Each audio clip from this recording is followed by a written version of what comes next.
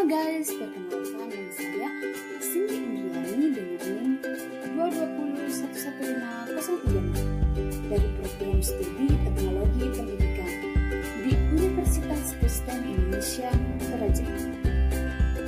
Sudah siap belajar hari ini? Nah, pada video ini kita akan membahas tentang hakikat ilmu sains dan metode ilmiah pada mata pelajaran IPA kelas 7 kurikulum Merdeka Belajar. Adapun tujuan pembelajaran yang akan kita capai yaitu yang pertama yaitu menyebutkan cabang-cabang ilmu sains disertai dengan bidang yang dipelajari. Yang kedua yaitu mengidentifikasi alat laboratorium yang biasanya digunakan berdasarkan kegunaannya. Dan yang ketiga yaitu menyebutkan simbol-simbol berbahaya di laboratorium. Pada materi ini kita akan membahas dua submateri, yaitu yang pertama apa itu sains dan yang kedua yaitu laboratorium IPA. Nah, pada pertemuan pertama kita akan membahas tentang sains. Apa sih yang kalian ketahui tentang sains? Nah, sains adalah sekumpulan pengetahuan empiris, teoritis, dan pengetahuan praktis tentang dunia alam yang dihasilkan oleh para ilmuwan yang mengutamakan pengamatan, penjelasan, dan prediksi dari fenomena di dunia nyata. Sains juga ada di mana-mana dalam kehidupan kita, seperti air, energi, sistem tubuh manusia, cahaya, bunyi, listrik, tata surya, dan tumbuhan. Adapun cabang-cabang ilmu sains, yaitu sains adalah biologi. Biologi adalah ilmu tentang makhluk hidup. Ada banyak cabang-cabang dalam biologi, misalnya yaitu zoologi adalah ilmu tentang binatang, botani ilmu tentang tumbuhan, entomologi ilmu tentang serangga, dan mikrobiologi ilmu tentang makhluk hidup yang sangat kecil dan hanya bisa terlihat dengan bantuan mikroskop. Sains juga adalah fisika. Fisika adalah ilmu tentang gejala dan fenomena alam dan sifat benda-benda di sekitar kita, termasuk tentang perpindahan dan energi. Beberapa cabang ilmu fisika, misalnya mekanika, adalah ilmu tentang gerak benda. Elektronika, ilmu tentang arus listrik dan magnet, dan optika geometris tentang alat-alat optik. Sains juga adalah kimia. Kimia adalah ilmu tentang berbagai hal mengenai materi, yaitu terbuat dari apa, sifat, dan perubahan dalam suatu reaksi kimia. Cabang ilmu kimia antara lain farmasi, yaitu ilmu tentang obat-obatan, radiokimia tentang zat-zat radioaktif, kimia organik tentang bahan-bahan kimia yang ada pada makhluk hidup, serta kimia anorganik tentang bahan kimia dalam benda-benda. Sains juga adalah geologi. Geologi adalah ilmu mengenai bumi dan perubahannya. Beberapa cabang ilmu geologi yaitu vulkanologi, ilmu tentang gunung berapi, seismologi, ilmu tentang gempa bumi, paleontologi, ilmu tentang fosil yang dapat membantu kita mengetahui umur suatu tempat dan kebudayaan zaman itu. Sains juga adalah astronomi. Astronomi adalah ilmu tentang planet, bintang, dan alam semesta. Semua benda langit dipelajari dalam astronomi, termasuk matahari dan terjadinya gerhana, komet, dan asteroid. Sains adalah ekologi. Ekologi adalah ilmu tentang interaksi atau hubungan timbal balik antara makhluk hidup dengan lingkungan di sekitarnya. Bidang ini membahas tentang berbagai masalah lingkungan, misalnya polusi udara, tanah, dan air, serta efek perubahan iklim dan kepunaan hewan tertentu. Nah, itulah materi kita pada kali ini.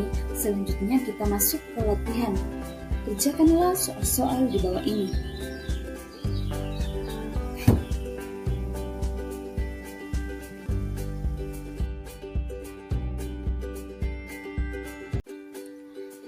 Nah, pada pertemuan kedua, kita akan membahas tentang laboratorium IPA. Laboratorium adalah tempat melakukan penelitian, percobaan, pengukuran, ataupun penelitian ilmiah. Laboratorium juga disebut sebagai tempat untuk melaksanakan kegiatan praktek atau penelitian yang difasilitasi dengan berbagai alat dan infrastruktur laboratorium yang menunjang. Di dalam laboratorium terdapat alat-alat yang dapat membantu para ilmuwan untuk melakukan pengamatan dan eksperimen yang tepat dan akurat. Yuk kita mengenal alat-alat yang sering digunakan di SMP dalam laboratorium. Sebenarnya ada banyak sekali alat-alat dalam laboratorium, tapi kita bahas beberapa saja ya. Yang pertama ada gelas ukur, digunakan untuk mengukur zat dan cairan. Selanjutnya ada spatula, digunakan untuk mengukur cairan dengan bahan kimia. Selanjutnya gelas kimia, sebagai tempat mereaksikan bahan dan menampung bahan kimia berupa larutan. Kemudian ada tabung reaksi, digunakan untuk mencampurkan beberapa zat. Selanjutnya labu Erlenmeyer, digunakan untuk mengukur volume bahan kimia dengan ketelitian rendah sebagai tempat bahan kimia untuk sementara. Selanjutnya ada kaca arloji, sebagai tempat menimbang bahan kimia berupa pasta, padatan, ataupun bubuk. Selanjutnya ada mikroskop, digunakan untuk membantu melihat benda-benda yang sangat kecil. Selanjutnya ada vernier caliper, digunakan untuk mengukur ketebalan diameter dalam dengan ketelitian yang sangat tinggi. Selanjutnya ada kaca pengamatan, digunakan untuk melindungi mata ketat yang menutupi seluruh mata dengan memberikan perlindungan dengan percikan bahan kimia dan debu. Selanjutnya neraca pegas, digunakan untuk mengukur massa dan berat bahan. Selanjutnya ada termometer, digunakan untuk mengukur suhu. Kemudian ada statif, digunakan untuk menyangga dalam titrasi atau untuk menyangga gelas kimia atau tabung reaksi saat pemanasan. Selanjutnya ada segitiga porselen, digunakan untuk proses pembakaran atau pemanasan suatu zat dalam suatu uji coba atau penelitian. Selanjutnya ada Bose head, digunakan untuk menempatkan atau memegang alat-alat laboratorium. Selanjutnya ada tang crucible, digunakan untuk mengangkat cawan berbahan porselen. Kemudian ada klem, digunakan untuk mengklem suatu alat agar lebih kuat. Nah, pembahasan selanjutnya itu menjaga keselamatan di laboratorium IPA. Di dalam laboratorium IPA, kita perlu memperhatikan simbol-simbol laboratorium IPA yang berbahaya. Contohnya, pada gambar pertama menunjukkan bahwa bahan tersebut mudah terbakar. Kemudian pada gambar kedua menunjukkan bahwa bahan tersebut mudah teroksidasi. Kemudian pada gambar ketiga menunjukkan bahwa berbahaya bagi lingkungan. Kemudian pada gambar keempat menunjukkan bahwa bahan tersebut mudah meledak. Kemudian pada gambar kelima menunjukkan bahwa bahan tersebut beracun. Kemudian pada gambar keenam menunjukkan bahwa iritasi. Kemudian pada gambar ketujuh menunjukkan bahwa korosif, dan pada gambar ke-8 menunjukkan bahwa bahan tersebut sangat berbahaya. Nah, itulah materi kita kali ini. Selanjutnya kita masuk ke latihan. Ayo kerjakan soal-soal di bawah ini.